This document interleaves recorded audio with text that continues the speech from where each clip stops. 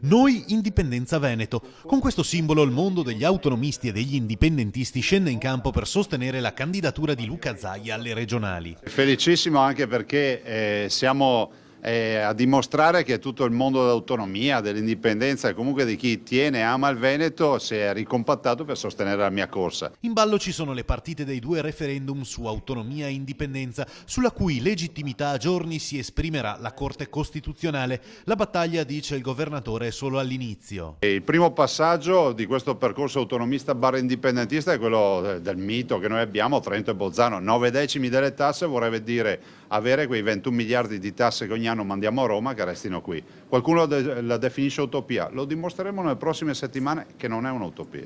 I referendum, ha ricordato Zaia, sono stati impugnati dal governo Renzi, dal partito i cui esponenti locali, continua il governatore, in questi giorni girano il territorio promettendo più autonomia per il Veneto. L'unica alternativa che abbiamo per fare un passo avanti credo che sia questa, di stare con Zaia.